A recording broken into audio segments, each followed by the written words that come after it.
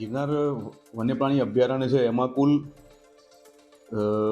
58 જેટલા water point આવેલા છે. એ 58 વોટર પોઈન્ટમાં સોલાર ઉપર ચાલતા વોટર પોઈન્ટ છે, પવનચક્કીથી ચાલતા વોટર પોઈન્ટ છે અને ટેન્કરથી ભરવામાં આવતા વોટર પોઈન્ટ છે.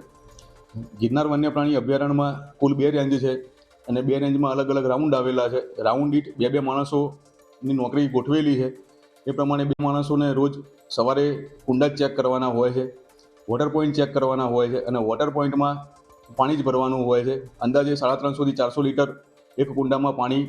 કોઈપણ વન્ય પ્રાણી પાણી વગર ના રહી જાય, તરસ્યું ના રહી જાય, એની ખાસ નોંધ લેવામાં આવે છે અને એને પાણી પૂરું પાડવામાં આવે છે. બીજી એક વસ્તુ એવી છે કે વન્ય પ્રાણી પાણીની શોધમાં જો રેવન્યુ વિસ્તાર તરફ જાય અને વન્યજીવ અને માણસ વચ્ચે ઘર્ષણ બી થઈ શકે એવું પોસિબલ છે.